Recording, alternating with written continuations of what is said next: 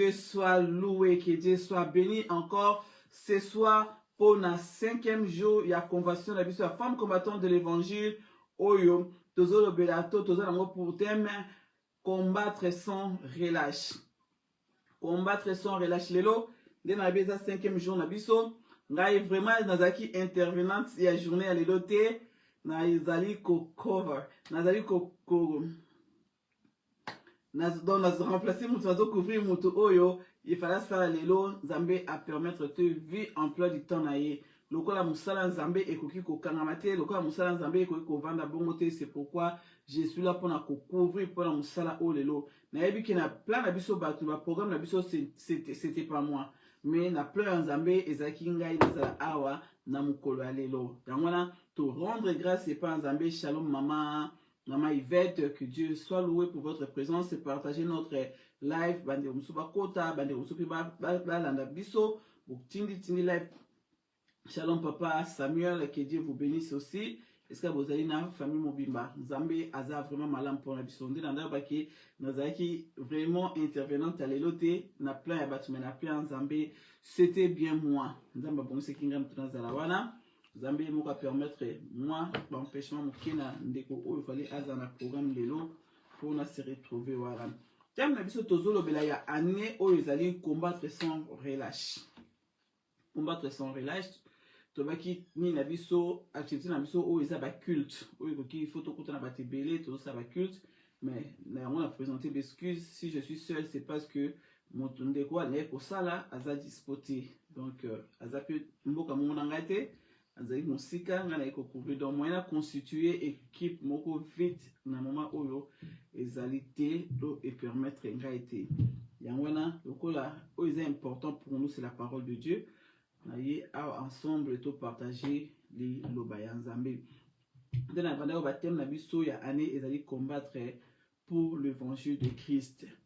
Mais la mukola lelo to parler sur combat to za sous-thème na biso o to parler na on ani ezali combattre sans relâche. Donc combattre sans relâche to vu on a thème na biso ya année où ezali combattre pour l'évangile de Christ. C'est pourquoi la ligne qui n'a défini na nous combattre pour l'évangile. Tant to ba année on va combattre pour l'évangile. Qu'est-ce que veut dire combattre pour l'évangile? Parce que tout le monde il y a deux mots là, tout le monde est dans un combat et puis il y a l'évangile. Biso totemi lokola basi tolobi nous combattons pour l'évangile. Shalom maman Bernadette, je ne sais pas si on a pu déjà voter. Tobi comme todo combattre pour l'évangile de Christ. Ce qu'on a quatre combat na to comprendre que eza batu mususu abundi bitumba et puis abandonner. Abundi mususu peut à perdre. Mususu peut abundi alembi. Mususu peut mona tiki, mususu peut mona avandina na pe minano. Or, biso siko a toujours baki, il faut combattre sans relâche. Donc, ça veut dire que na kati ya combat, ils ont ba bataille et belé.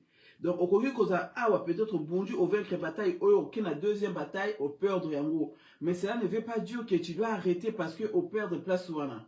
To place wana parce que au côté na faiblesse, au côté na obstacle moko, et koki o lemba. Yango tozo talisa ke na combat o toza na ngom, o tozo bundana pour l'évangile, et zo sera biso to combattre sans relâche. Donc, to continuer bitumba, to continuer, to kende, malé, mais tobi combattre pour l'évangile veut dire quoi? Premier point, tobi combattre pour l'évangile, ezali rester fidèle à l'évangile de Dieu. Premier point, na biso yango wana. Ezali, ce qui muto azo combattre pour l'évangile, dans la grand thème, na biso combattre pour l'évangile, na kata monde na obimisa sous thème, na biso, il y a combattre sans relâche. Combattre pour l'évangile veut dire rester fidèle à l'évangile de Christ. Donc ça veut dire, en chrétien, il faut aïe bake, vie na ye mobimba, eza vie à combat. Donc na kata combat, eza ba bataille oyo eza réservé na yango. Au cause peut-être, ozaki na problème, on peut cet exemple neti, ozaki na problème ya musala. Ok, ozu musala. Et au comme na kati musala na, au comme le problème ya combat, peut-être ya promotion. Oza, tu es déjà dans le travail, mais promotion ozo souhaité, ozo matate. Au matin sous mutake a salipé déjà d'études, à qui niveau d'études. Mais azo tika la même niveau, na même titre.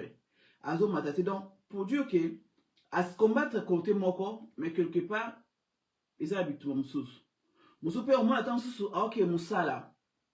Azo le salaire n'a bien. Mais quelque part, er azo zonga, azo kweya. Pardon, azo perdre. Pour mbongo na azo kira Moussala, tant sous mona, ba malade, azo sala ngwe loko mon côté. Oh, voilà pesa piste Moussous ya combat, oh il faut abunda. Donc, la vie à Batou, Marambeza est réservé et belé. Au Batou, Koutanango. Au moins, mon toit CP, il y a Bundani, Bundana Sambe, qui va retraiter, Nabala, Bali. Et à Bala, qui est mariage, combat, et comme il y a pour Bota. Et comme il y a problème pour Abota. Et comme il y a problème pour Banabaya. Et comme il y a problème pour. Donc, c'est ça. C'est pourquoi, Tobi, na kati ya vie, na biso, le quoi là-bas, nous devons savoir que nous avons le combat et notre combat est permanent. Et ça, on a donc ce que le monde a oh, diable au tika ote, zamba sur l'option parler de l'esprit, to yebande to kota to kunde pour nous développer en haut. Diable au tika ote parce que au gagné oyo atika ova la kimia. Ozaki malade obiki ali okoma malam atika omba moko vendre kimia. Oui, guérison et santé comme bien, santé ça rétabli, mais quelque part on attend sur ce problème financier. Quelque part on attend sur moi combat moko boye, il y a nakata famille. Quelque part, on attend ce combat dans l'environnement, combat donc au moins nous sommes toujours là combat les autres kabisoté le quoi à Zambé ba combat et yaka toujours mais le qui est plus important dans combat la bisotoye ba bilobi ils nous feront la guerre mais ils ne nous vaincront pas donc malgré tous autres combattre mais nous combattons dans la victoire mais combat ezawala or mutupe akoyeko kwesa to akoyeko perdre victoire na yebe oy azanango tout le monde ango au moins ba tebele to mususu mona par peur par makama belebele ba difficulté ma ndenge na ndenge ba tebele pe bazali ko perdre ba victoire na bango peut-être au baza ko combattre na yango donc le but ezali ko tika la fidèle combattre pour l'évangile c'est rester fidèle dans la parole de Dieu dans l'évangile de Christ.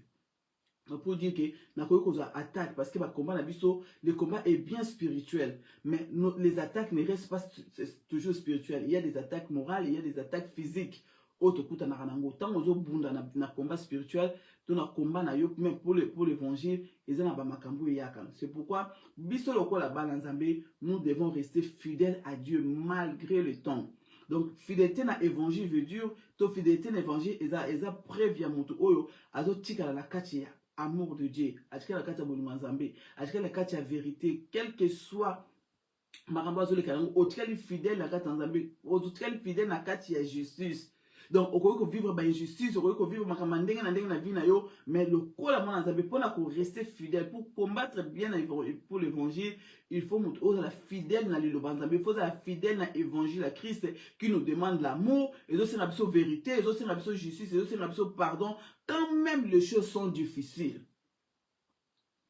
Quand même makambo ezo ke malamu te, quand même makambo eza difficile, quand même makambo eza so ndenge nini, mais il faut tika la fidèle na évangile. Donc tika la yo fidèle na évangile, to tika la ma fidèle na évangile, nde ezo sa preuve que nous combattons pour l'évangile.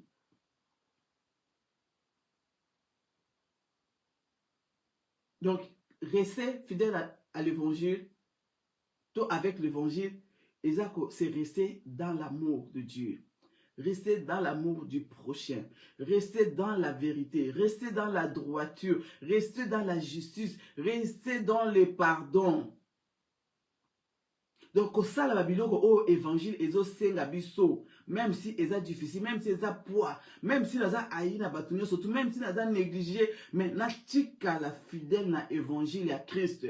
Wana eza moko abilo ko ça preuve que moto oyo azali ko combattre pour l'évangile de Christ. Donc aza wana pour la combattre yango. Faut combattre pour na yango pardon. Et puis deuxième point, oyo ça que moto azali ko combattre pour l'évangile. Ezali moto wana il faut azala na courage ya ko défendre la foi. Deuxième point, parce que tout ça dans enseignement. Toujours yekola maloba nzambe biso nyonso. Deuxième point, pour combattre pour l'évangile, nous avons bien que nous avons un grand thème de l'année, combattre pour l'évangile, apprendre dans le comment combattre sans relâche. Deuxième point, pour combattre pour l'évangile, il faut que Moto aza na courage à défendre foi na yo, conviction na yo chrétien pardon. Donc et là qui c'est que en tant que chrétien il faut oser la ferme na kata croyance na yo. Oyebi pourquoi est-ce qu'on dit la Christ? Oyebi relation na yo na Christ. Donc ekoki otika la ferme. Ata mo pepe eyendenge nini. Ekoki okoki kowanga na Christ te. Combien de fois tozo nié Christ na ba vie na biso? Combien de fois tozo nié Christ na ba comportement na biso? Combien de fois tozo nié Christ na ba langage na biso? Na ba réaction na biso? Or muto azo défendre évangile, aza muto oyo azali, donc aza muto azo c'est la courage à défendre parce que ce n'est pas facile de défendre l'évangile de Christ. Ce n'est pas quelque chose de facile. Et ça facilité. Mais muto azo combattre pour l'évangile de Christ, aza muto atika li ferme na croyance na ye. Atika li ferme na ba conviction na ye. Aza muto akoki jamais konnier Christ en vie na ye. Malgré ba rejet, okoza la rejeter. Okoki kozala abandonner. Okoki kokuta na ba moquerie, baza ko se moquer na yo, batu bazali ko négliger, batu pe so valeur te, batu bazo diminuer, okoki kokuta manango na ba discrimination. Okokuta na opposition, ozana siko ozosala nzambe, servir nzambe, batu bazali ko kitisa yo, bazo s'opposer contre yo, bazo diminuer yo. Okoki kokuta na ba difficulté ndenge na vie. Mais mutu oyo azo défendre Christ, aniaka jamais Christ. Aza mutu oyo atika la ferme na croyance na ye, atika la ferme na foi na ye. Aibi que Christ ora na nzimeli. Depuis la vie, Christ est ma vie, la mort m'est un gain. Donc à cause de Christ, azo payer ma prix. C'est ça combattre pour l'évangile de Christ. Accepter qu'on paye ma prix par rapport à la croyance aux anango envers Christ, par rapport à la croyance aux anango, par rapport à la il faut rester ferme. Le premier point, il faut tous être fidèles à l'Obanzambé. Tous être fidèles à l'évangile au Christ à Tébiso. Tous être fidèles à l'évangile au Zamba Pesibiso. Et mes deuxième point, c'est dit, Yomoko Fos à mon Kintime Makasi. Mon Dimo a tellement. Aza, mon Dimo, oh, Bakoko bouger te. Aza imperturbable. Yo mulika muke mwana kama mwana nzambe ozui décision lika muka mwana nzambe oke musika lika muke mwana nzambe olongo église lika zala la conviction que malgré ba vent malgré nyoso ko komela ba tempête okotika la fidèle na nzambe okotika la jamais ko wanga na Christ. Combien de chrétiens lelo ba kabon na nzambe ba tiki ba église ba tiki foi ba abandonner ba foi na bango à cause de ba difficulté, à cause de ba problème, à cause de ba rejet, à kena milieu moko o peut-être nzambe azali ko éprouver, o peut-être nzambe azali ko bongisa ye, o peut-être nzambe azali ko préparer pour ça utile pour na ye. Mais à qui kuna foutu en opposition, oh non o eza place d'angate, o eza place d'angate. Qui te dit que là où il y a l'opposition, eza place na yote? Nana ebiso ke sika o bazo minimiser, sika o bazo diminuer, bazo discriminer yo, eza esika na yote. Biloko mosusu eza ba preuve ya foi na biso, etozo leka nzamba azo leka aza ko éprouver biso na ba foi na biso parce que nzamba atantaka mutu te. C'est ça combattre pour l'évangile. Tika la ferme la croyance na yo, tika la ferme na foi na yo, nzambe ni yo yebaki yeso yebaki ndenge nini. Yeso pendant tambla na ndenge no tambla na yeso ndenge nini. Ndenge ndimela ki yesu tika la bongo, quel que soit mon peuple nyoso vent nyoso tempête nyoso ko kobeta na vie chrétienne yo, quel que soit batu nyoso ko kuta na bango, quel que soit eloko nyoso ko kuta na ngo, tika la fidèle oza mutu mpepere ko ya ko ningisa yo, mpepere ko beki ko sala mouvement, to mona banzete, nzeto eza na racine na makasi mpepere soki yesu ne veut pas dire que bouger te et ko bouger ko ki ko ningana, mais le kola aza bien enraciné a kotika la kaka wana, a koza la kaka wana. Pourquoi? Parce que racine est bien. C'est ça notre croyance. La racine, c'est notre croyance. Ce qu'on vend ici, le banzambe, et continue à misisa. Ata ce qui me connaît côté na moi bolembu. Ata ce qui me connaît côté na moi combat. Ata me connaît côté na moi problème. Oko ningana te. Pardon, oko kwea te. Même si oko koningana. Donc, mouto azo défendre l'évangile. Aza mouto azo tika la ferme la croyance na ye. azotika la ferme na foi na ye, azotika la ferme na bonzambe na ye, azotika la ferme na liloba nzambe oyo yamba, azotika la confiance à Christ et qui akoki jamais ko abandonner Christ mokolo moko, akoki jamais ko kokende mosika ya Christ ata mokolo moko, akoki kotika te pourquoi parce que bato bazo menacer, akoki kotika te pourquoi parce que environnement eza mabe, akoki kotika Christ te pourquoi parce que azuzu eloko moko te, akoki kotika te pourquoi parce que banda baleki kosambela bato mosusu bapambola bayazo pambola mate, aza moto aza na confiance ya foi na ye, aza na confiance en Nzambe na ye, et que même si ça marche pas aujourd'hui, demain ça peut aller. Nzambe nanga azali atikali ferme na ba conviction na ye, na croyance na ye, na foi na ye, et que Christ est au nzimi ako déceva kanga jamais. Soka salinga lelote lobi pesaye parce que mi connais ce zaya nzambe. C'est ça combattre pour l'évangile. Tu peux pas dire que moi je combats pour l'évangile et que osa ferme na croyance na yo. Osa ferme na foi na yo. Osa nier Christ d'une manière ou d'une autre. Et ça na makamso na ba comportement na makamso na biska msusu osa nier Christ. Si on nous regarde comme ça on dit non, osa chrétien c'est ça celle-ci. Ou bien celui-là azate toro kotanga été. Si on peut ba yebiso babiki été oza chrétienté ou go silika. Mais en réalité ozo kuwanga na Yesu ba comportement na yo. Donc muto azo défendre l'évangile aza muto oyo azali kuivanda atelemi ferme na kati ya croyance na ye na foi na ye aza ferme a bouger te malgré les combats. Malgré les vases de marée, à kotika la wana, à kovanda wana, malgré les tempêtes, malgré kozwa, malgré opposition, malgré la discrimination, malgré nyonso, muto azo défendre l'évangile à kotika la kaka, ndeto banalinga la tika lingui, à telemi makasi aza enraciné na kati lobanzambe. Puis troisième point pour défendre lobanzambe, ezali muto, ezali, pardon, pour combattre pour l'évangile, muto azo combattre pour l'évangile. Excusez-moi, aza mutu oyo azali ko résister contre les mal. Azali ko résister na mabe nyonso. Biso lokola ba chrétien. Il y a des choses oyo yela biso. Eza makambo oyo ekomela yo ekokomela nga ekokomela okuna. Mais façon oyo ngana yo tokoki ko défendre nango évangile. Façon yo ngana tokoki ko pusala ke to protéger évangile ya Christ. Ezali tant tozali ba ko résister au mal, tozali ba ko résister na mabe. Comment est-ce que tu résistes à mabe? Mabe to mabe ni biso to résister nango, to résister na péché. Moi na Nzambe, il faut avoir la capacité à résister na péché. Eza babiloko mususu bi esi biso boke tozo trébucher de plusieurs manières. Mais Bible est un abysse le quoi va pécheur. Attends que le chrétien Bible est un le quoi va pécheur. Pourquoi? Parce que nous avons l'esprit de Dieu en nous. Tous en amoli mon ensemble catch na biso. À chaque fois que vous salez ma bé, akoya ako reprocher yo. Bible dit que l'esprit de Dieu a témoigné si nous sommes enfants de Dieu. Bible dit que celui qui n'a pas l'esprit de Dieu n'est pas le fils de Dieu. Donc ça veut dire que le Saint-Esprit a azana musala oyo asala kalakati ya vie ya biso lokola bana nzambe. Donc, tant aux alliés qu'on sala mabe, tout temps au coin de mabe, parce que nous tombons dans mal, nous trébuchons. C'est pas que nous vivons dans les péchés. Tant que tombarango, Saint-Esprit aïe kapona ko rappeler biso que place au coin, aotali sayo. Molimo santo aotali sayo que awa osali mabe, awa otamboli malamute, awa donc sibo. Yango un chrétien qui n'est pas reproché, qui ne reçoit pas le reproche yabatou, azora pe reproche ya nzambete. Parce que nous sommes le Saint-Esprit, la Bible dit que l'Esprit de Dieu viendra en nous et il nous convaincra de nos péchés, de nos fautes. Quand le Saint-Esprit viendra en nous, il va commencer à nous convaincre de nos fautes.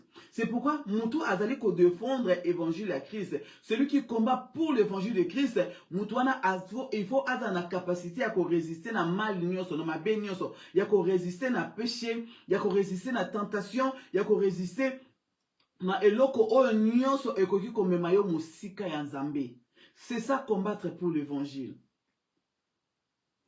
Tant ozo kona ko résister na péché te, et dans le péché et vanda kati na péché wana, tu le sais bien parce que mabe auto za kati na biso nous le savons bien, biso moto ye barango. Na bi ke faiblesse na les place boy. Mais nazo ko résister na ngote. Nazo ko osala effort mon côté pour na longola yango. Or pour combattre pour l'évangile, il faut toujours lutter contre Babiloko Oeza Malamute. Donc il faut qu'on lutte contre les péchés. kobunda nango lisumu nanga faiblesse nanga eza nini eza kofinga na kolite na kofinga faiblesse nanga eza nini eza kokosa na kolite na kokosa faiblesse nanga eza moyibi na kolite na moyibi donc tant nazo kolite na yango quelque part nazali combattre pour l'évangile de Christ nazo combattre pour na évangile wana et garder sens nango ya malamu donc parce que Christ ayaki awa na mokili pour na mabe na biso pour alongola mabe akotsa malamu quand moi je lutte contre les mal nazo lutter contre mabe c'est alors que nazali combattre pour l'évangile de Christ donc en tant que chrétien il faut toyeba que il faut lutter contre biloko nyonso ezali ko egari biso na Nzambe biloko nyonso ezo repousser biso loin de Dieu biloko nyonso ezo sala ke bolunga Nzambe et se manifester kat na biso te pour combattre pour l'évangile il faut koyeba ko résister au mal résister contre biloko nyonso za mabe mitala yo moko tala entourage na Shalom Maman Justine tala entourage na yo tala bato baza pembe na yo tala bato boy tala comportement na yo mitala yo moko to mitala ka parce que toza mabanga te toza bato toza na cher o eza na bolembo donc cher na yo ekoki komema yo libanda ya volonté ya Nzambe ekoki komema yo libanda ya nini musala Nzambe c'est pourquoi nous devons apprendre à lutter contre tout ce qui est péché tout ce qui est tentation parce que ezaka péché te ezapé na ba tentation musu yo ko sala mabete mais eza eloko yo ko tenter yo eza liloba oyo ko tenter yo eza mutu o aye ko tenter yo siko pour la combattre pour l'évangile il faut okoma makasi ya ko combattre ba tentation Shalom Maman Colette okoma na force ya ko combattre tentation nyonso ya vie na yo parce que toza tenté na diable toza tenté na bato toza tenté na ba réalité toza tenté na ba biloko tozo mona toza tenté na yango. Donc, moi, dans Nzambe, oazo combattre pour l'évangile de Christ, azamutu o il faut résister na mal surtout, résister na péché. Donc, il faut lutter contre le péché, lutter contre la tentation, lutter contre tout ce qui est ezoko eroiko eloano na Nzambe, eroiko pousso musika Nzambe, eroiko kabola na Nzambe, eroiko mema musika Nzambe, musika lo Nzambe, résister contre yango. Résister contre yango, eza vraiment important. Il faut to lutter bitumbeza makasi environnement de la bieza peut-être polluer ndako na biso ba famille na biso donc nous devons lutter lokola bana Nzambe pour to vendre mabete mais to vendre sa malamu c'est très très important. Puis quatrième point pour na combattre donc toza na séminaire na biso le 5e jour quand je l'avais dit les acquis jour na ngaité mais na ko couvrir ndeko o il fallait à ça la journée lelo mais selon les plans de Dieu c'était mon jour selon plan Nzambe selon pensée Nzambe les acquis jour na ngaité. Donc, on a dit comment combattre pour l'évangile. Nous avons pour l'évangile avant de kota na sous-thème na biso tozo le na séminaire na zuina na le thème na biso yani combattre pour l'évangile de Christ. Quatrième point, autoriko sale la tant que ba chrétien pour na combattre pour l'évangile de Christ, ils allaient ko annoncer la bonne nouvelle. Yesu atindi biso abina biso to annoncer bonne nouvelle. Tant que vous allez annoncer la bonne nouvelle, c'est alors que tu combats pour l'évangile. Pourquoi? Parce que Christ a précisé son mission dans Matthieu chapitre 28, verset 18 à 20. Amina bisoto qui habite tout pouvoir m'a été donné. Allez partout dans le monde entier et prêcher la bonne nouvelle. Atindi bisoto qui est partout dans mokili, to te ali lo banzambe. Abiba oba ko croire, to baptiser bango. Donc là c'est que tout chrétien moi dans Nzambe nyonso to femme combattante nyonso to aza na mission ya kokene ko sauver bato na komema évangile ya Christ. Nous devons prêcher la parole de Dieu. Les moyens oyo ko ça pour combattre pour l'évangile de Christ. Et allez excusez-moi, au livre c'est bon ma livre les a. Et allez combattre pour l'évangile.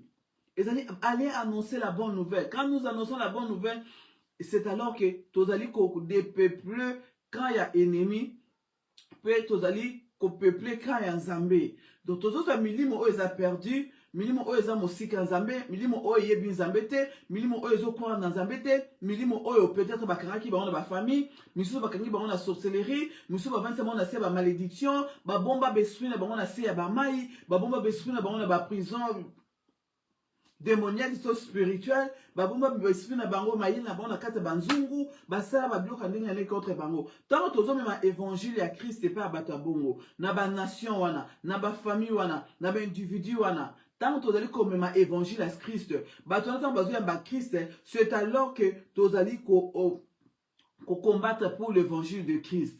Donc, combattre pour l'évangile de Christ, quatrième point dans les alliés, annoncer l'évangile. Bible texte, c'est dans Jude, chapitre 1er, verset 23, toi arraché bango du fait.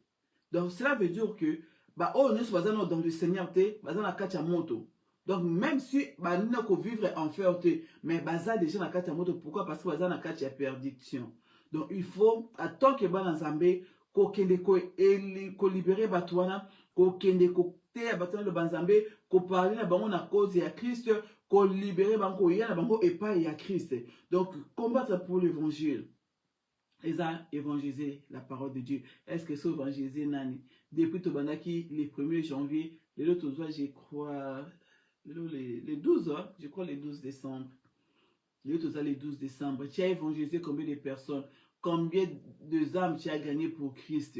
Batu boni oyo peut-être même azaki kolemba mais na nzela na yo atelemi na foi. Batu boni bazaki mosika ya Nzambe bapusele pembeni na Nzambe po na yo. Batu boni banaki kokende église te azongi église po na yo. Banda janvier ti lelo, qu'est-ce que tu as fait pour le Seigneur? Tu dis que tu combats pour l'évangile de Christ. Olobi ke yo oza moi en Zambé, oza la pona ko aider pour nous Zambé kende. C'est vrai, ozo persévérer na foi na yo, ozo ko défendre dans foi na yo avec courage. C'est vrai, peut-être ozo tika la fidèle na évangile, mais rester fidèle à l'évangile, c'est aussi sauver les âmes. C'est aussi gagner les âmes vers Christ. C'est aussi amener les gens qui sont loin de Dieu va pousser la pembeni en Zambé. Tu l'as fait avec combien de personnes? Tu l'as fait comment aussi? Batu boni baza édifié pour na yo. Batu boni o mitema na bango zaki brisé. Batu boni bazaki na passe baza peut-être kolela. Mais grâce na yo parce que o memela ki bango évangile à Christ. Okendaki o exhorta ki bango. Grâce na yo parce que o memela ki bango évangile à Christ. Okendaki o lobeli bango na part ya Christ. Batu na bazu peu du cœur. Combien de malades, oh bazaki malades, et yo même bango évangile à Christ, oh c'est bango que Jésus-Christ guérit toutes sortes de maladies, bandimeli Yesu Christ ba big sabi na ba santé na bango. Combien de fois, combien de personnes, oh ba kote na nzela na yo, au sauver bango grâce à l'évangile. Il n'est pas encore trop tard. Il nous reste encore quelques jours devant nous. Oh yo nangai tokoki pe to ba ko rattraper. Tu peux rattraper en gros donc le côté évangile. C'est ça tu m'as dit que tu dois annoncer la bonne nouvelle. Les bonnes nouvelles les associations annoncées. Nous invitons les gens de venir dans nos églises. Mais tu dois comment Christ a lingi bango. Tu dois pourquoi? Parce que nous croyons, nous mettons dans nos têtes que tout le monde connaît Dieu. Or en réalité c'est pas tout le monde qui connaît Dieu. Nzambe o mutu ko prononcer na Nzambe o mutu azo bimisa na kati ya motema na ye azo yamba na kati ya motema na ye. Ils ont des choses différentes. Donc, pour combattre pour l'évangile, il faut aller annoncer la bonne nouvelle. Il faut aller annoncer l'évangile de Dieu. Que ne kolobé la batu pour na part ya Christ. N'appelle pas seulement les gens de venir à l'église. Batu bele bazu en église mais vina bango zo za transformer te. Batu bele bazu en église mais vina bango zo za la changer te. Batu bele bazu en église pourquoi? Parce que l'église a donc eza place on akuta na na batu. Muso bazu en église parce que c'est parce que na milieu wana bato no sali saye mususu a une église pourquoi? Parce qu'il y a mon abato minti na ndako na ye andimi a une église mais nous ne prêchons pas la parole de Dieu. Nzambe a besoin de prêcher évangile ali to yebisa bato masango malamu to ba ke Yesu Kristo abikisaka Yesu Kristo ayaki na sena moyi opona yo Yesu ayaki pas sauver yo ayaki pas longola yo total sabato ke enfer ezali l'enfer existe. L'enfer existe un jour. Moto à rendre compte pas Nzambe selon ba œuvre na ye ndenge na tambola ki na sena moyi oyo. C'est très très important. Toyebisa batu tote abatu sango malamu Christ toyebisa batu Yesu alingi bango batu aye pa Nzambe batu balonga na kati ya mabe. C'est ça. C'est ça l'évangile, annoncer la bonne nouvelle.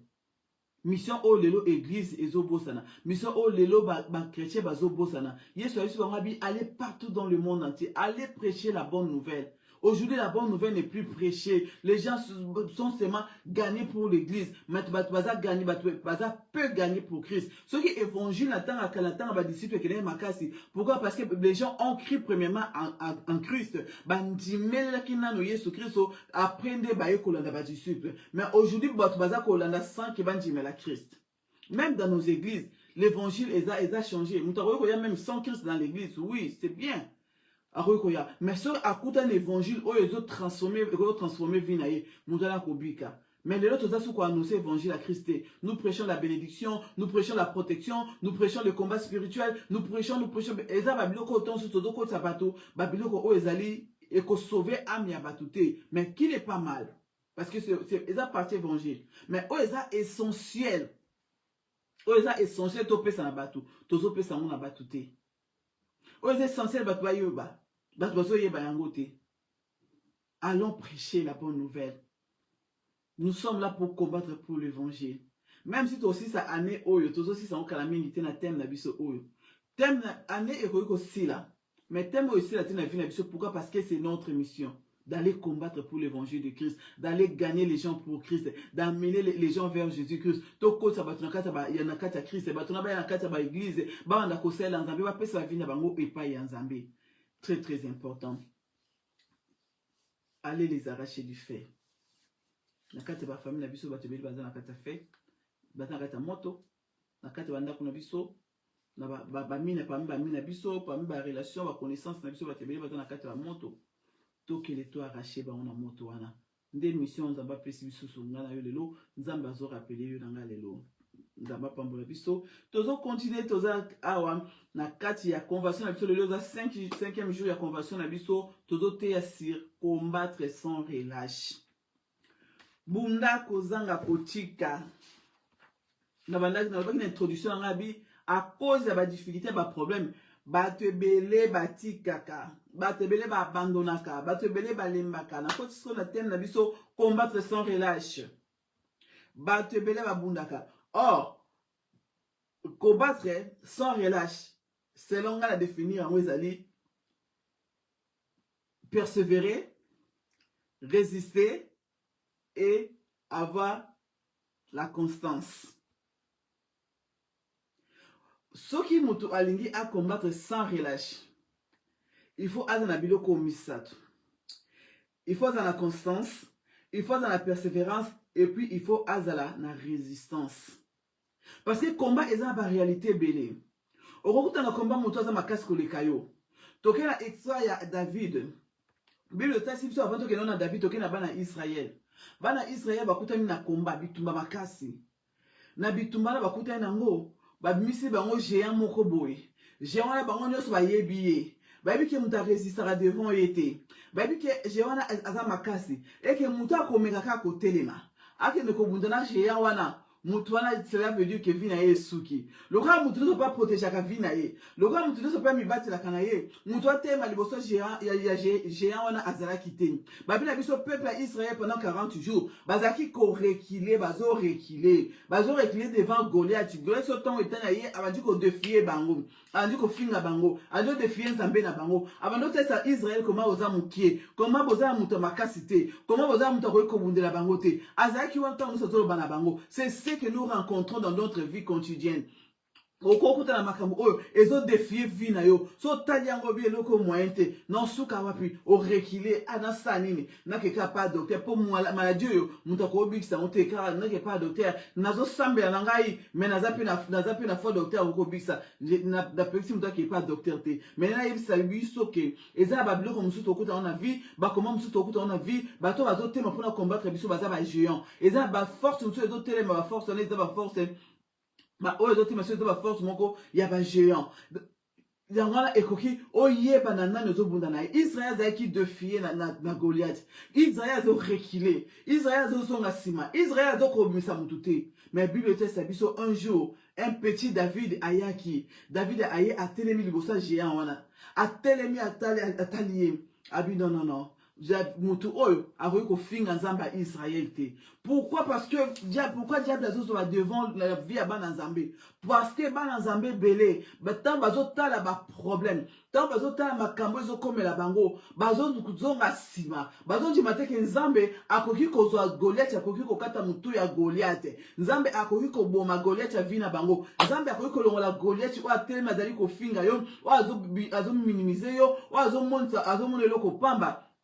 Nzambe akoki kolongola Goliath wana. Nzambe akoki ko effacer Goliath na vie na Shalom mama Charlotte. Bato ebele bazo résister te. Tant bato zo mona ka omonika eloko liboso na yo, obandi kozonga sima. Tant omonika kombe ye makasi, obandi kolemba. Tant omonika kombe ye makasi, obandi kozala dessus. Ozoyi basoute ke Nzambe, est-ce que Nzambe azali okomisi komwa Nzambe lokola slogan na munoko na yo. Obandi Nzambe azali. Israël ba yeba ke Nzambe azali, mais bakoki ko utiliser Nzambe wana te devant Goliath.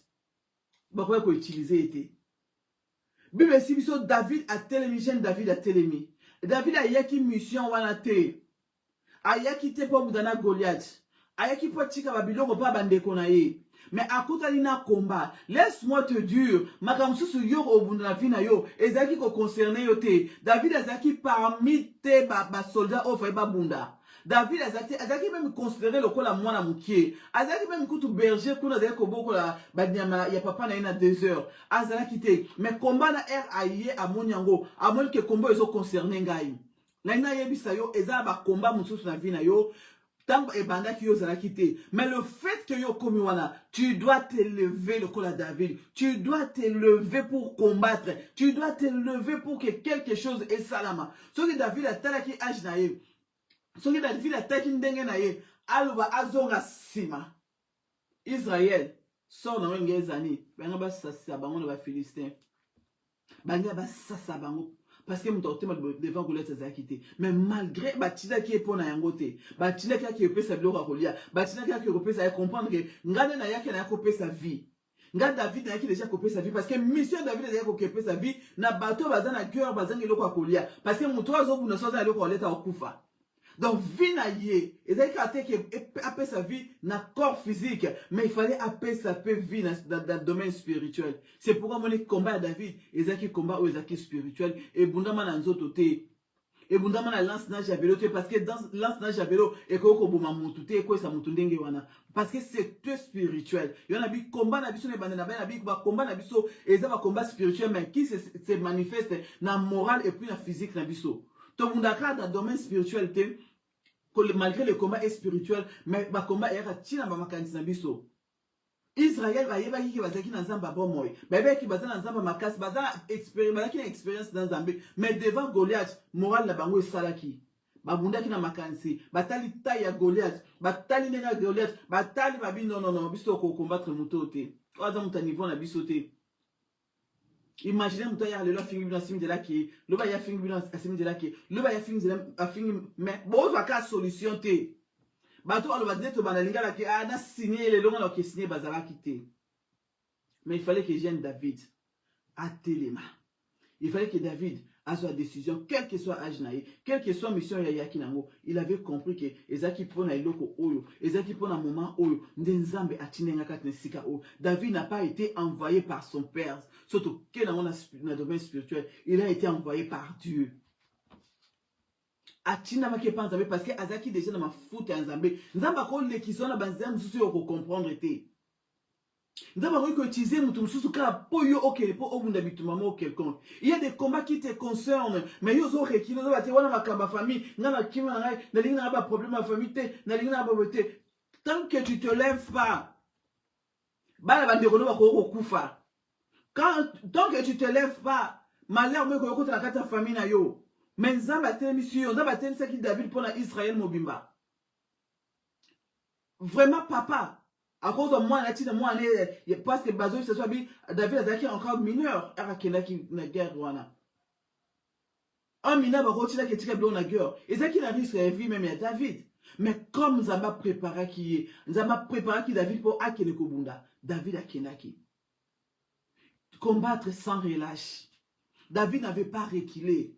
David a zora qui s'est maté. David n'avait pas eu peur. Il y a taille à Goliath. A banga qui pétait. Parce que bateau peut avoir pembe ne ba ko bang saye. Ba yana déjà se ba ko lobanaye. Ba ko critiquer. Ba ko ba makambo. Mais atala ki angote. Il connaissait sa mission. Yomo na banda qui non na mission. Soko yebi que Christ m'a envoyé. Et que Christ m'a choisi. Nzambe a poninga ponga na sauver. Orobani père nyonso. Okolongo la père nyonso la vie na yo. Okolongo la kobanga nyonso la vie na yo. au côté les mapo au sala pour la gloire na grâce en Zambé. Quand on dit combattre pour l'évangile, c'est avoir la persévérance. Pour tenir bon. Il faut oser la persévérance dans mon toyo. Donc, yo, ata mon pépé, ata mbongi, ata maloba bato, ata ma découragement, ata ma nini, mais au tikali wana, ozo bouger te. C'est ça. Combattre sans relâche.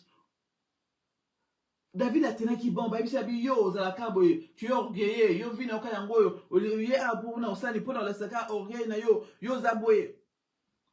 A tenu qui bon, a persévérer qui na décision. A persévérer, habiter, bateau, bateau décourager, ngana ko abandonner te, ngana ko tika te, tant ozo combattre, pardon, tant ozo combattre sans relâche, c'est que ça veut dire que on persévérer, on tika te, quelles que soient les circonstances, quelles que soient ma caméra, surtout on abandonner te, muto azali ko pour combattre sans relâche, aza muto oyo akoki jamais ko abandonner.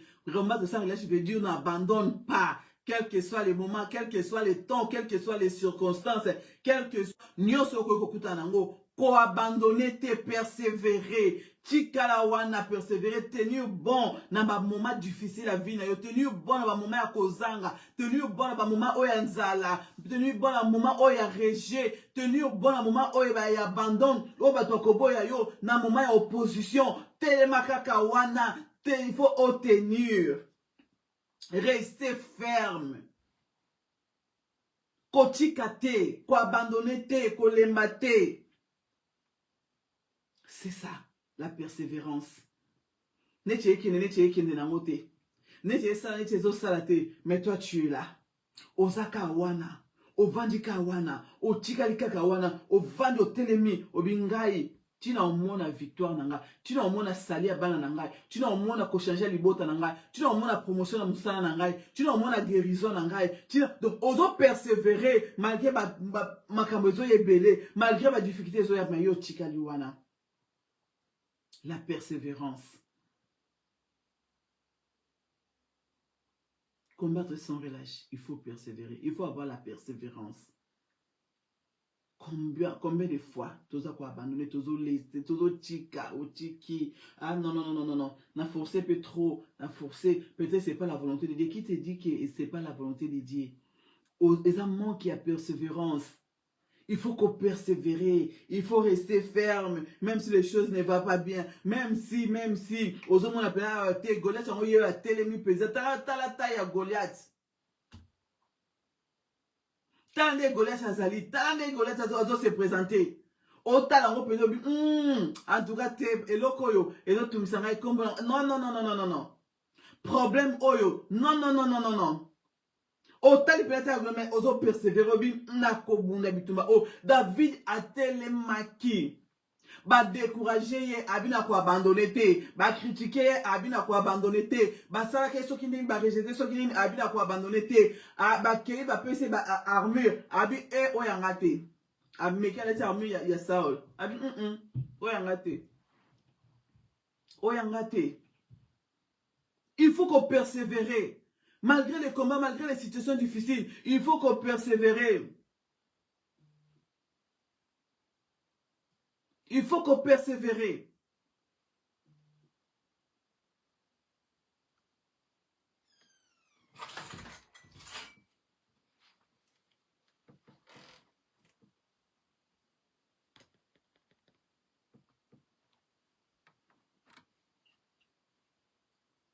Il faut qu'on persévère. Il faut qu'on ait la persévérance. Qu'on l'embate. Mouta découragé au thé. Mouta pousse musika thé. David a tika quitté batwa les bat pousse musika. David a tika quitté batwa découragé. Abandonner thé pourquoi parce que babaï c'est qui osa mouké parce que yosa orgueil oya ba orgueil no a pamba et l'oro nini a tika quitté. Azaki objectif, azaki ferme la décision na ye que ye a ko fight a ko combattre Goliath. Azaki atika la kindenge wana.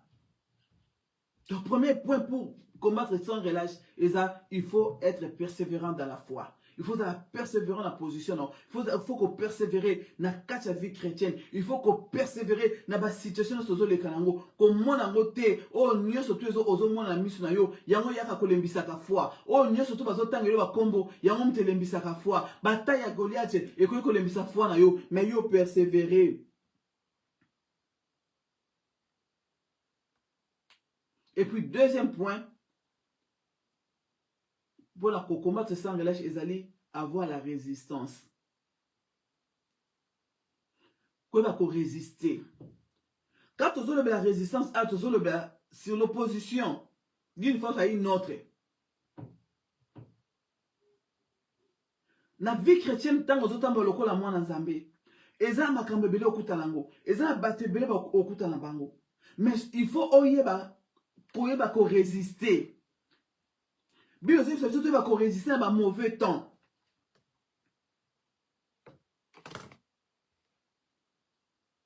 Voilà, on va développer en moi, je crois, parce que je ne sais pas si c'est qui lobby. Je ne sais pas qui lobby, il faut qu'on résister, qu'on s'oppose contre force nous. Tant que vous tambola dans Zambé, tant que vous tambola sena moi, au coup t'as pas problème belé, tout le monde a pas problème dans kata bandako, tout le monde a pas problème dans kata famille, tout le monde a pas problème dans kata misala.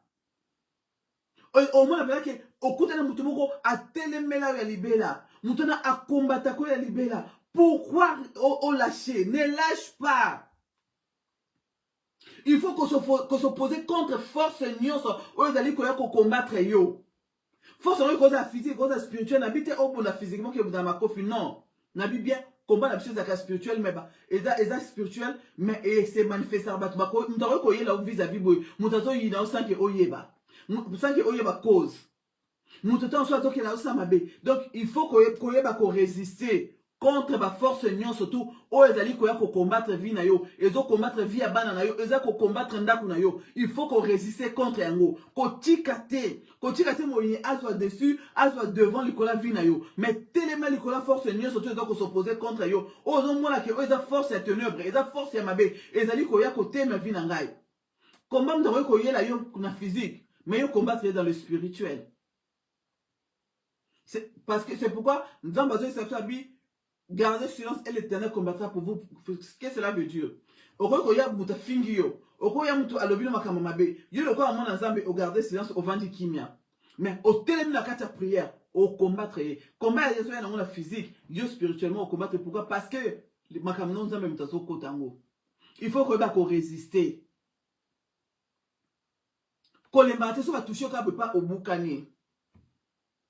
Mais résister, force nous sur là yo peut tellement le la moi Zambé, bimi sa force na yo le la moi Zambé, tellement la prière, s'il faut gêner, s'il faut prier, s'il faut. Donc c'est ça.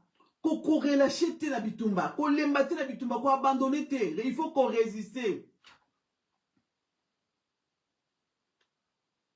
Mais le but résister contre les diables et il fuira loin de vous. Les lois, on les a battus dans la tête les lots. Il faut qu'on résiste à la combat, qu'on résiste à la force. Combien de gens ont découragé, ah, nous avons découragé, malheureusement, mais toi tu n'as pas la parole. Toi tu as bien le bayosa ni lobate, tu as bien le bamabé, télémina ni lobana ni lobanzambe. Mon ta fini bana, on t'a critiqué les bottes na yo. Tu as la parole, téléma changé en haut. Il faut qu'on résiste contre ma force. Il faut qu'on résiste contre ma pouvoir. Il faut qu'on résiste contre ma domination. Qu'on résiste. Il faut qu'on résiste.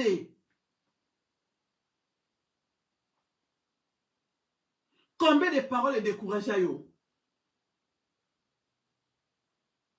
Ikamkika, balembisi konti malangai. Abeti singa libaku. Bado beto mabaku, yozo bateke eza porte mumba yozo fungola. Olo o résister pas ma biloko esprit ozo beto mabaku, yozo na mabaku ozo la tayon, ozo suko ozo la tayon de non. Yango bate belé misabise toboka ete beba misapezara soute obetaka no kama mabaku yo betaka kama mabaku. Donc ba misapi ya foi na yo et c'est toboka. Mais il faut qu'on résiste contre force Seigneur so ou ils ont s'élever contre yo. Force contre force. Force contre force. Ba yelo na sorcellerie o temi na bonzambe. Bayeba mekayo lokola mwana nzambe tu sens au vin na katanda kuna yo olali na butu tana mo tu sens au sentir présence moi mabe au sentir force moi mabe tu te lèves lokola mwana nzambe. Il faut combattre, il faut jamais lâcher. Corrélâcher te lokola mwana nzambe. Quand tu sens olati ndota mabe nzambe azola mosa esprit na yo nzambe azola mosa esprit na telema obondela au nom de Jésus. Au nom de Jésus. Toi, tu crois qu'il va nous donner un baïba ça, makamnanda, baïba peine faiblesse, il y a au nom de Jésus, ni les sans effort, au nom de Jésus. Aux hommes, c'est mon tour à pongi. Tu crois qu'il va baïba peine la position, on a des yoyeli. Dieu aux salawana. Tu crois, ils ont des yoyana. Les voleurs ne viennent que pour dérober, égorger et détruire. Diable a la mission à koyiba, à kobomana, à kobebisa.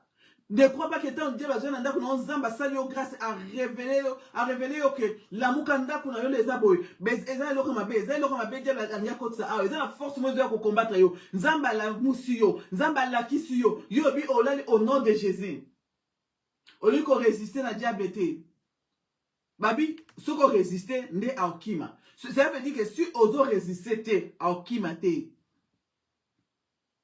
Ortiga mondimi ya kolela ka mikolo nyonso ozolela Shalom maman Gisèle. Ozolela mikolo nyonso na vino pourquoi? Parce que tu ne veux pas résister. Il faut qu'on combattre, il faut qu'on s'oppose la force mosusu oyo doit combattre vina yo. Il faut qu'on s'oppose na yango, il faut qu'on tele maloko la maman, qu'on tele maloko la papa. Résister na force Seigneur surtout. Makambezo ki madame te na ndako, makambe via mobile ki ne bien te. Via moi si via mana ki madame te. Tele la force wana. Et loko zo menacer ndako na yo. Et loko zo menacer votre na résister contre yango. Téléma la combo la Yesu. Téléma. Il faut qu'on résiste contre ma puissance, qu'on résiste contre ma force. Ou ils ont combattre ma vie, ils ont combattre Bandako. Pourquoi est-ce que tu relâches? Pour la nozo kotika. Diable a combattre à 10 ans. À l'embaté. Soka yuma na nzambo lembi ya support à coach à sali mission na ye. Bien bomi, ayibi to BBC. Combien de photos tu as makambo? Pourquoi? Parce que tu tika kinzela. Nzambe ya lola aza bolingo. Abombe la biso le côté. Excusez-moi. Bibi eloko moko te ko koma sans que nzambe azanga ko révéler na ba bien-aimé na ye. Nzambe azo révéler sur ba d'une manière ou d'une autre. Nzambe azo fongola biso mayele, azo fongola biso miso tozo mona, mais biso to ko ka ko résister te. Toujours quoi qu'on résister te. Tout ça faible. Diable ça yeba ki ba o baza ba faible. Mba dibi o ba sambela même pas fa balala. Ba sambela raté na tongo ba ndima likolo ayebi yo. Donc ayebi ki oza la force qu'on résister te. Yanga azokota azoya kobebisa, azoya koboma, azobebisa misala, azobebisa mabala, azobebisa bandako, azobebisa makambe belé. Pourquoi? Parce qu'il y a que tozo résister. Lève-toi maman, lève-toi au nom de Jésus. Il faut qu'on résiste dans le diable. Qu'on l'embate, qu'on relâche. Il faut combattre sans relâche. Tant que non, mon nom kozo lukate. Tant qu'on comme on est sika on a te, qu'on chikate. Telema obunda. Telema obunda. Bana no babalite. Yo le mindenge nini. Na sambeli nzambe mingi. Omoni na lobi kote, o le mindenge nini. Musala uzinote, promotion uzinote, o le mindenge nini. Maladie na lelongwe na nzoto te, lelongwe na ndakute, o le mindenge nini. Résister na diable, il y a une force au diable à salir, la démon bazo salir, bandoki bazo telema bazo salir, bazo salir la force, bazo ko combattre na biso. Il faut s'opposer na la force wana. Il faut s'opposer na la puissance wana. Résister contre yango. Telema na kombo na Yesu. Bunda bitumba. Kolemba te, loko mo elembisa ote.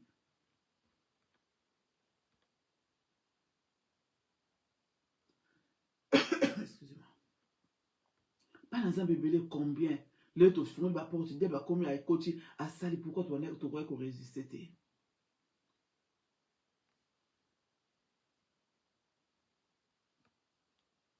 Goliath atali David. Nana yo. atali amone eloko apamba amone mutu apamba mutu moko amokie boye donc baokuta mikolo kutu bakenda bagere babunda bagere baobanga ngai ka yo David ya moke oyo nasala nini. David a résisté na bunda na yo abi yo oyala nga ba flèche de ba javelot biloko nyonso to mais nga na oyala na komba Nzambe abi nga na combattre au nom de l'Éternel na ko combattre au nom de l'Éternel azo résister malgré ba conseil malgré ba découragement ba pela opesa ye ya a résister abi nga na bunda na moto force contre force comme ça collège yana force na nga pona la force ya Nzambe nga na zana ye. Nous avons un Dieu les mamans, nous avons un Dieu puissant plein de force et de puissance. Abi tout pouvoir m'a été donné.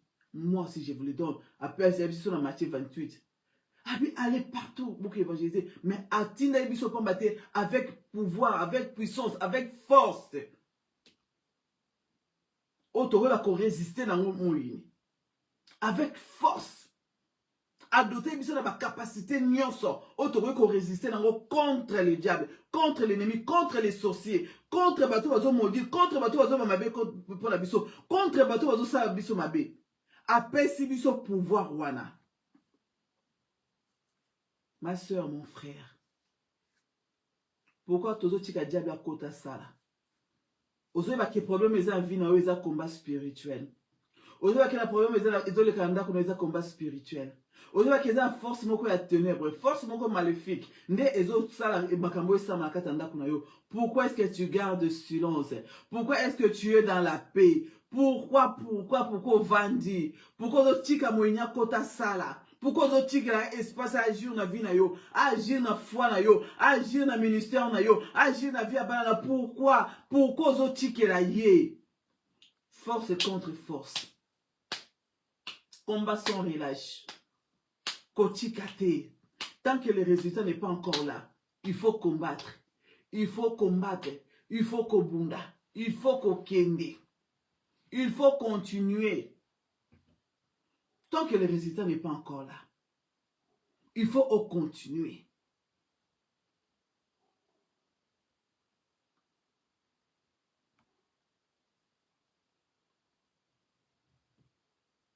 Il faut continuer.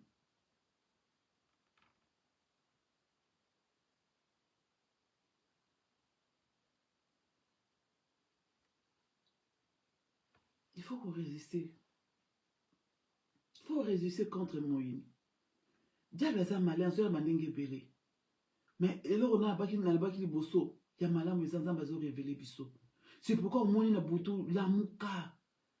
Nzaba la mso kotate na obima 5h du matin na la muka 2h kasi bitu manu za 2h du matin. Yo to la oza la programme na diable pour air butu na 6h du matin pour air la sur la muki. Combien de les cas wana moni wana nda a la force na yazo la puissance na ye yo faut te va faut résister na wana ne dis pas que ngam obima na 5h du matin na la mukasu sur 2h na la mukasu 1h la mukata nzambazo la musayo nzamba la musaka. Ceux qui peuvent osa sensible na voix Nzambe tango tellement la mukina pongi Nzamba ko faire sentir au sentir pe atmosphère mabe na katanda au sentir présence moka mabe au sentir pe geste moka mabe sam na katanda ku pourquoi Nzambe déjà zo la musayo pour au résister au tellement la force wana au tellement la puissance wana o zo ya combattre yo tala tant que sa relation na Nzambe Nzamba comment ko révéler biso bablo mususu tu peux pas imaginer Nzamba comment de fondlo miso au mona combat boyo au moni Ola lozolo te loko na butu la muki o senti puissance wana force wana eza wana ndaba ola kisayo bandeko diable avandité diable azotambola irode comme un relais rougissant avandité biso ne ba chrétien ba tozo vanda yaza ko azo déployer batu na ye azo déployer l'esprit na ye azo déployer bango po ba ya ba combattre biso bazo za la force na bango ya mabe bazo ya na yango pona ko baya baboma bayi baba bebisa o abiso mais yo nanga tozo vanda toko ko résister te pas diable.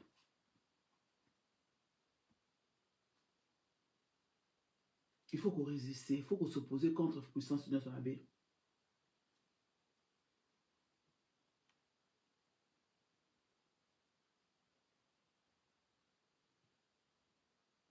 puis troisième point nanga to parler sur la constance. Nazo parlons en sens biblique, constance nazo eza lokola eza fermeté de l'âme qui permet de résister aux choses capables de l'ébranler, telles que la douleur, la diversité, les tourments. Aussi la constante, to constante. Eza ba biloko mususu na vie na yo. Troisième point na biso, eza ba combat mususu na vie na yo. Ekoki koya koningisa foi na yo. Eza ba combat mususu na vie na yo. Ekoki komemela makambo ndenge na ndenge. Ekoki komemela ba difficulté na vie. Ekoki komemela pauvreté, combat aye biloko bando sidla yo. Ba business bando sa les oki sou malamu te. Osa eloko o ezoki malamu te. Osa o ezoki ne malamu te. Oke le boyo ki se ozo forcer. Marambe ki malamu kakate. Mais yo le quoi moi na Zambie, il faut tika la constante. Il faut tika la constante. Tika la garder na position, garder position na yo. Ata pas ces andengini. Ata douleur les andengini. O tika liwana. Obi ngai na tika ande na bagi na Paul bosso na persévérance. Ah est-ce que consistant. O tika liwana. Ceux qui va yebi yo obanga kanzambe, c'est la kanzambe que na église chaque mardi, chaque dimanche. Malgré problème, malgré maladie, malgré situation, au téléma au kende. Moi na nzambe, diable nzambe biloko yera na mike. Akoyi ko éloigner na nzambe sans que oyeba. Et ce kaboy na nzambe so longwe na bolunga nzambe. Pourquoi? Parce que tu n'es pas constante. Okoki kotika la te, oko garder position na yote. C'est ça, son le bango bien. Ozoko garder position na yote lokola mwana nzambe. Soko ozoko garder position te, oko relâcher, oko tika. Mais lokola mwana nzambe, il faut tika la constance. Circonstance mote ko kabla na boluma nzambe. Paul a dit, et là on est ko séparer na boluma nzambe. Abe ezali wa eza maladie. Eza kozwa to kozanga. Eza ba komba makambo na okuta nango. Yango nte ko kabulanga na boluma nzambe. Yango nte ko sakina tika datika ko la nzela nzambe nga nazolanda. Yango nte ko pekisanga na bunda combat spirituel onga nazobunda. Abi rien. Abi lo mo te ko séparer na boluma nzambe. Na amour eza manifesté en Jésus-Christ. Bana nzambe boni batiki nzambe bakoti banganga. Bana nzambe boni pourquoi azobota te nakeka pa mama na salisa ngai nakeka pa muto asalisa ngai otikalité na place na yo oza ferme te otikali constante parce que ozokuta na ba situation difficile na vie na yo. Bana nzambe boni basimbi ba magie, bana nzambe boni bakoti na occultisme, bakeko simba bakisi, basimba biloko mokilo. Pourquoi? Parce que nzambe azopambola ete. Pourquoi azomona makambo ezokende malamu te?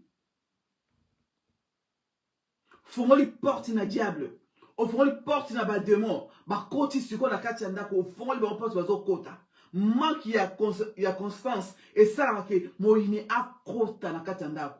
Pourquoi? Parce que au fond la porte, au fond la même porte na ba conseil à bateau. Au fond la même porte na conseil à bateau mabe. Combien ya bateau? Si tu na era kalelo évangile de côté makasi gloire au Seigneur.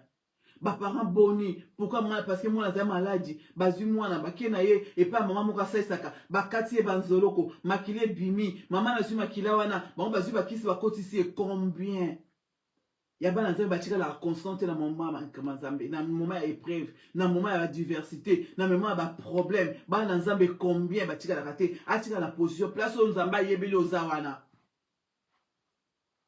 otika lika wana obujaka te position Christ ayebelio ozaka bongo ozwa te okufela te otirali mwana nzambe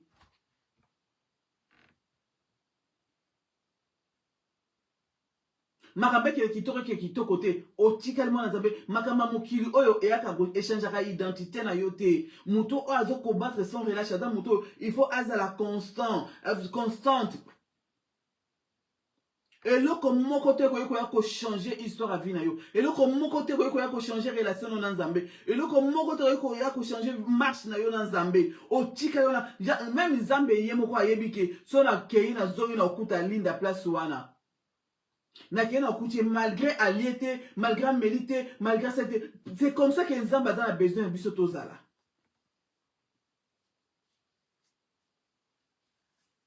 Tu restes là. Tu restes là, fidèle. Fidèle pas en Zambé. Fidèle à l'évangile en Zambé. Fidèle à la croyance na yo. Oza fois que Nzambo Ndimeli azan Zambé asala ka mikoloso parce que mikoloso eza ye. Tu restes là. Tu restes là. Bato ye na Nzambe na ye aventure te hein asala ka jete na Nzambe na ye. Le ma Nzamba sakana te hein. Ye ma Nzamba sakana te.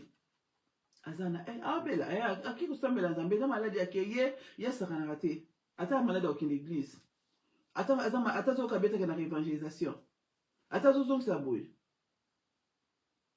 Ye relation na Nzambe ba toucher en moté et l'autre côté ezate sécheresse ezate ko zanga ndem de ko pekisa ye atika la fidèle na Nzambe akabela Nzambe na ye apesa Nzambe na ye asunga msala Nzambe et l'autre moko te ko empêcher atika ka wana na fidèle na Nzambe atelema. C'est ça combattre sans relâche. Cause la constant na poste comme na poste na cause la constant na yo moko na bonzambe. Ata ba fingi côté boy. Ba zone si côté boy. Ba critiquer boy. Ba zone si boy. Yoka na Nzambe na yo. Yoka na Nzambe na yo. Ozo continuer na Nzambe. Ozo kene na Nzambe na yo. Mto kablo na Nzambe te. Loko moko te. Ekolo ngona bolimo Nzambe. Eza maladie te. Nini te souffrance te.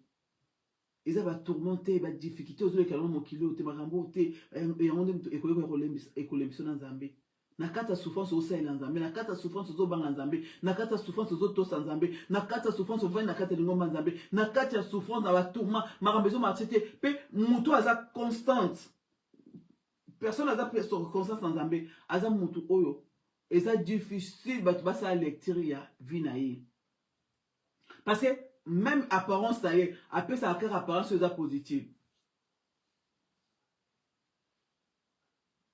Pourquoi? Parce que ayebi Nzamba zakas na ye. David savait. David a banga kité. Ba yebi si Saul azuye. Atali bate yo mwana muke oyo. Okokate mutana aza guerrier. Abanda kubunda bitumba banda kala. Aza makasi boye. David ngana obunda na ye. Atikali wana. Azaki la confiance en Nzambe na ye. Oyo azana histoire na Nzambe. C'est pourquoi nous devons avoir l'histoire avec Dieu. Mes frères et sœurs, travaillons pour une histoire na Nzambe.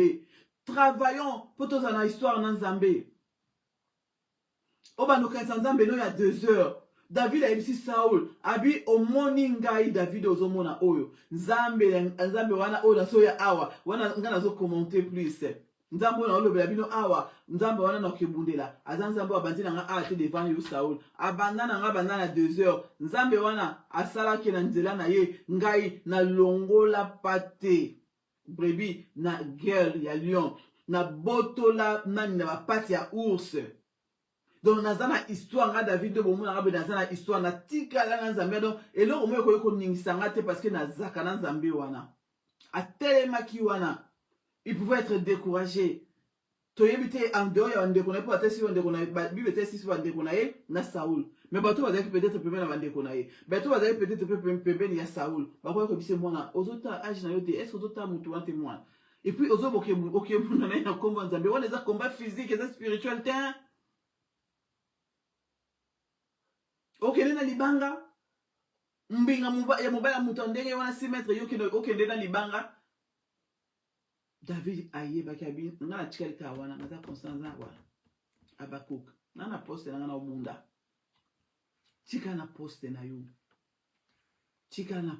yo koningana te pona ba problème koningana te pona ba difficulté koningana te parce que kozanga ezali koningana te parce que ba problème ezali telema ma Christ. Nzambe azana biso.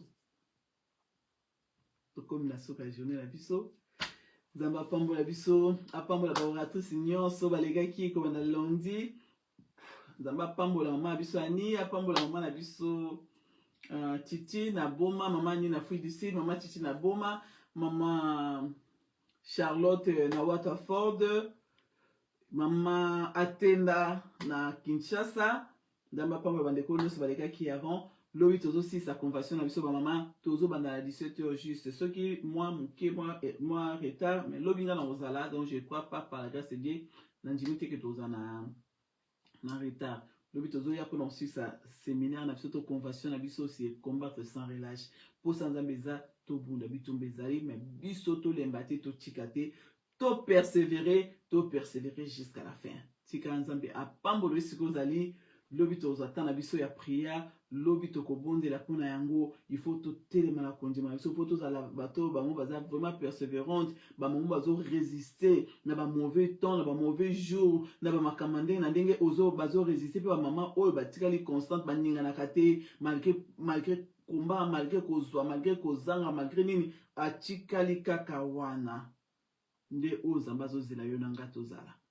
Tika nzambe alola pambola bino tosambeli mpona liloba nzambe yawe nzambe alola napesi yo merci nalobi oza malamu nzambe oza bolingo ntango nyonso nzambe otalisa biso bolingo na yo oteyi biso so liloba lelo ya pokwa lelo obi na biso tocombattre sans relâche nzambe tolemba te kolo toabandone te nzambe totika te pourquoi parce que kombe ezali totika te parce que toza ayi na bato totika te parce que toza rejeté totika te nkolo parce que opposition nzambe ezotemela biso totika te parce que souffrance ezali totika te parce que tozozanga totika te parce que kolelo ezali totika te parce que tozobela totika te parce que nkolo bato bazotemela banzela na biso mais biso topersévérer toabandone te nzambe.